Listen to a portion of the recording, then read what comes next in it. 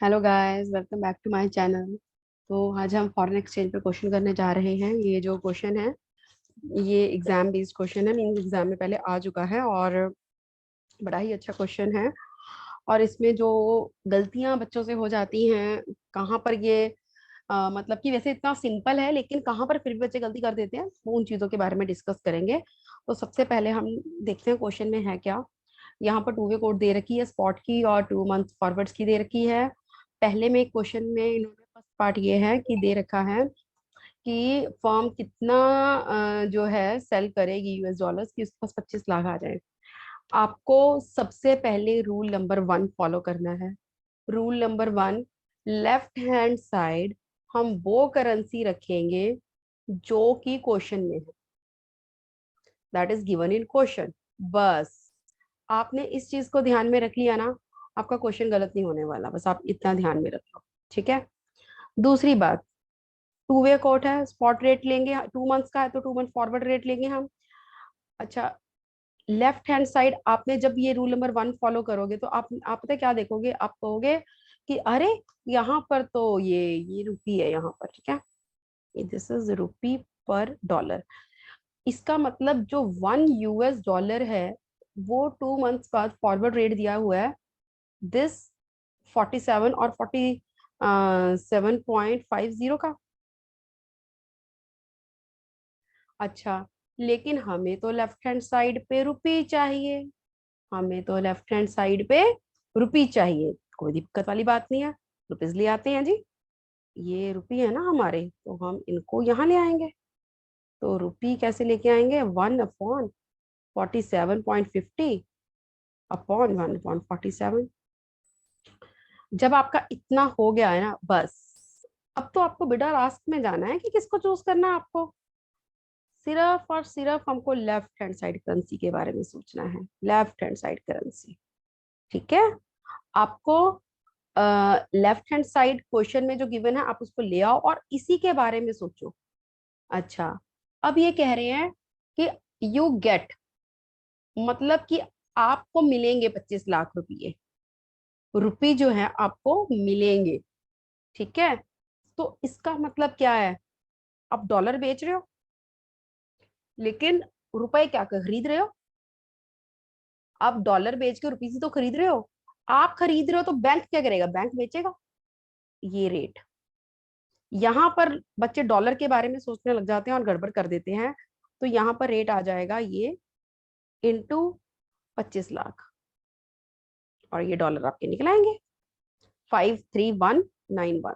5, यहाँ लिख देती हूँ 53191.49 आंसर आ जाएगा इसका। ठीक है। अच्छा, अब हमको पता चल गया कि हमने क्या किया। सेकंड में भी हम सेम टेक्निक से सॉल्व करेंगे। बी पार्ट, इसमें इसमें हमको जो लेफ्ट हैंड साइड करेंसी चाहिए वो यूएस डॉलर चाहिए। कोई दिक्कत वाली बात ही नहीं है, स्पॉट मार्केट का वैसे बोल रखा है। तो ये है, ये तो हमको इन्होंने दे ही रखा है, 1 US dollar is equal to this. ठीक है, ये इनका बिड रेट हो गया और ये वाला इनका आस्क रेट हो गया। ठीक है। अब हमको डॉलर मिलेंगे, हमको डॉलर मिलेंगे, मतलब कि हम डॉलर ले रहे हैं, क्या बेच रहे हैं हम, रुपी बेच रहे हैं। हम रुपी बेच रहे हैं तो बैंक क्या करेगा, खरीदेगा। ये लो 46 इंटू 2 लाख डॉलर आ जाएगा और इसका जो आंसर है वो आ जाएगा 92,50,000। ठीक है। सी पार्ट आ जाए। सी पार्ट जो है ना, ये लीडिंग और लैगिंग कंसेप्ट पर बेस्ड है। पहले हम इसके लिए थोड़ा लीडिंग और लैगिंग समझ लेते हैं कि होता क्या है लीडिंग और lagging. Leading, payment in advance. Lagging, जब हम डिले करते हैं पेमेंट्स को बाद में करते हैं, राइट, दैट इज लैगिंग। अच्छा, अब एक बात की तरफ ध्यान दो कि अगर मैं लीडिंग की बात करूं सबसे पहले,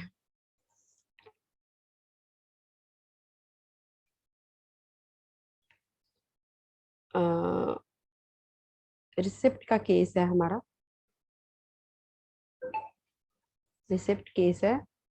अब आज जो है $1,00,000 मिलने हैं, मैं इसको आज ही ले लूं या मैं इसको 3 महीने बाद लूं? मिलेंगे 3 महीने बाद भी। लेकिन भाई अगर सोचोगे आज 1,00,000 ले लोगे तो मतलब हो सकता है रेट डिक्रीज हो रहा हो सकता है रेट इंक्रीज हो रहा हो, सब चीजों पे डिपेंड करता है।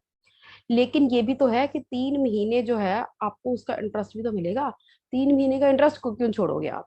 ठीक है, ठीक है। तो कैसे कंपैरिजन किया जाए?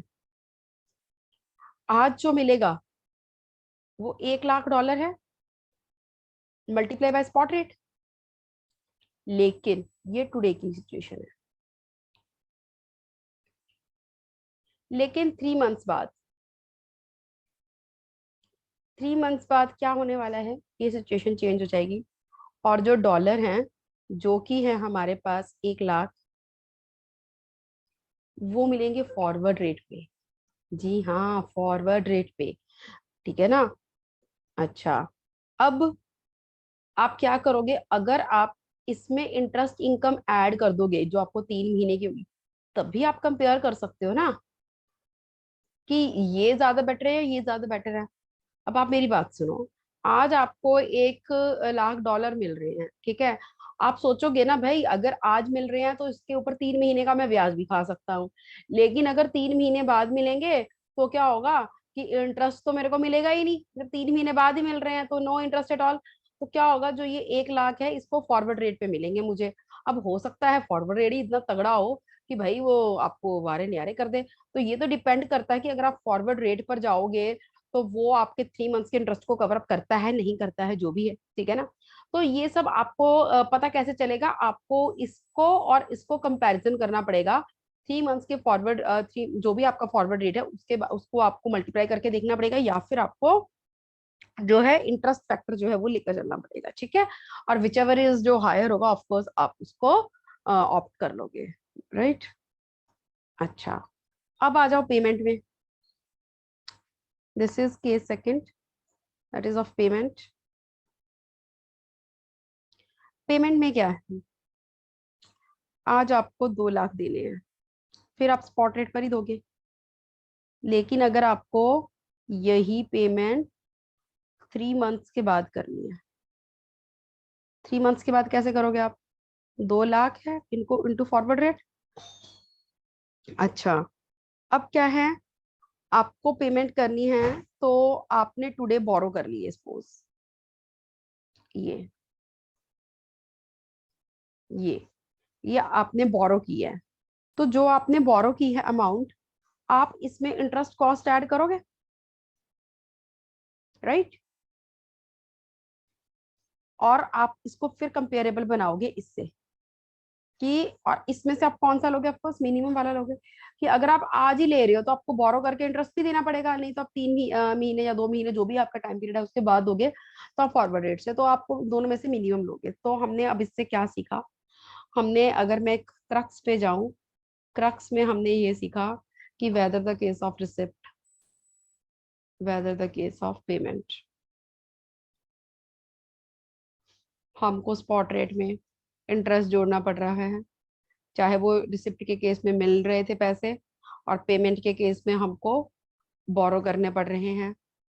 और यहाँ पर सेकंड जो है, जो आप कंपेरेबल है, वो है जो भी आपका अमाउंट है उसको आप मल्टीप्लाई कर रहे हो फॉरवर्ड रेट से, और यहाँ पर आप फॉरवर्ड रेट से यहाँ पर भी। बस the difference is that in the receipt case you have to take the maximum, and while in the payment case you will take the minimum, ठीक है? So this is the concept. और अब इसके साथ हमारा जो है ये थर्ड जो पार्ट है वो सॉल्व हो जाएगा, जो कि हम अभी डिस्कस करने वाले हैं आपके साथ। पहले मैं स्क्रीन को क्लियर कर दूं, जस्ट अ मिनट।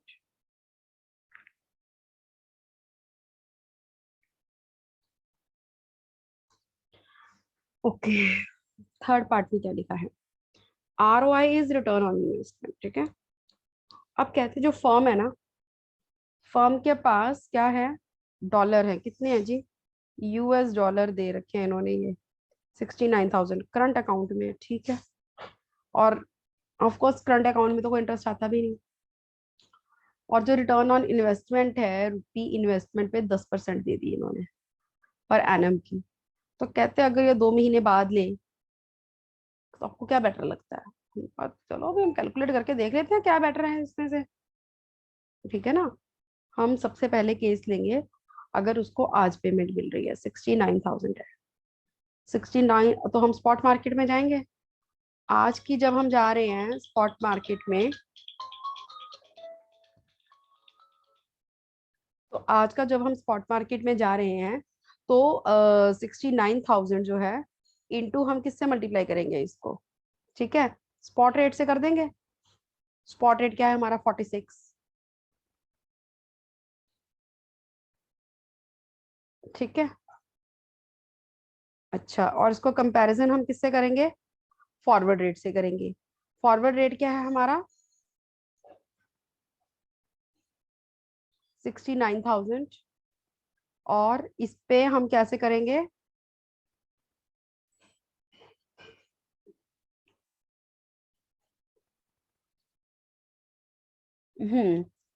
हमने स्पॉट रेट में इंटरेस्ट नहीं ऐड किया, अभी इंटरेस्ट एलिमेंट ऐड कर देंगे।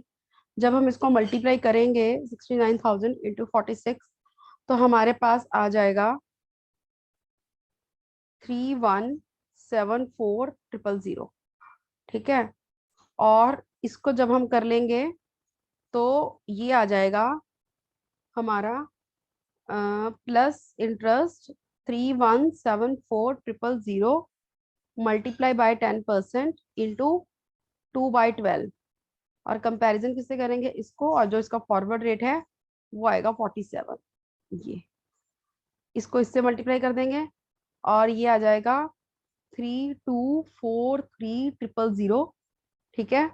तो जो डिसीजन है कि ऑफ कोर्स ये वाला हमारा इतनी अमाउंट है और ये वाली कम है, ये वाली है 3226900 है। तो हम कहेंगे ये वाला जो केस है, ठीक है ना, कि ज्यादा वाला रिसिप्ट वाला मैक्सिमम वाला लेंगे हम। डिसीजन होगा the firm should in cash US dollar 69,000 after 2 months because the receipt is maximum in this case, ठीक है। अच्छा, अब आपको इसमें कुछ बारीकियां बताने वाली हूँ मैं।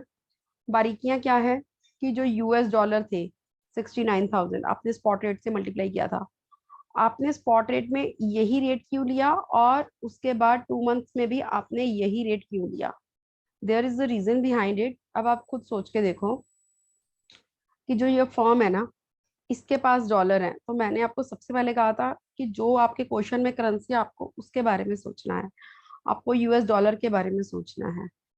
फर्म के पास इतने डॉलर्स हैं, ठीक है। तो फर्म जो है इतने डॉलर्स दे रही है बिकॉज उसको इन कैश करवाने हैं, ठीक है ना। तो जब उसको इन कैश करवाने हैं तो वो इतने दे रही है, मतलब बेच रही है तो बैंक खरीद रहा है, इसीलिए इन दोनों में हमने ये वाले रेट्स जो है यूज किए, ठीक है। सो इस तरह ये हमारा तीनों पार्ट जो है सॉल्व हो गए। ये 8 मार्क्स के लिए आया हुआ है कभी एग्जाम्स में, और कुछ भी नहीं है। देखो, आपको अगर ये ध्यान रखोगे ना कि लेफ्ट हैंड साइड वही करेंसी रखनी है क्वेश्चन वाली, फर्स्ट 2 पार्ट्स आपके बड़ी इजीली हो गए, थर्ड में भी कुछ नहीं है। आपको ध्यान रखना है कि हम डॉलर्स हैं, लेफ्ट हैंड साइड पे हैं, हम दे रहे हैं डॉलर तो बैंक खरीदेगा, तो इसलिए ये और ये रेट होगा और इसमें आपको इंटरेस्ट जोड़कर कंपेयर करके दिखा देना है, ठीक है। So thank you so much. और इसके साथ ही हमारा जो ये क्वेश्चन है ये कंप्लीट हो गया है। अभी मैं आपसे नेक्स्ट टॉपिक के साथ मिलूंगी। Okay, bye.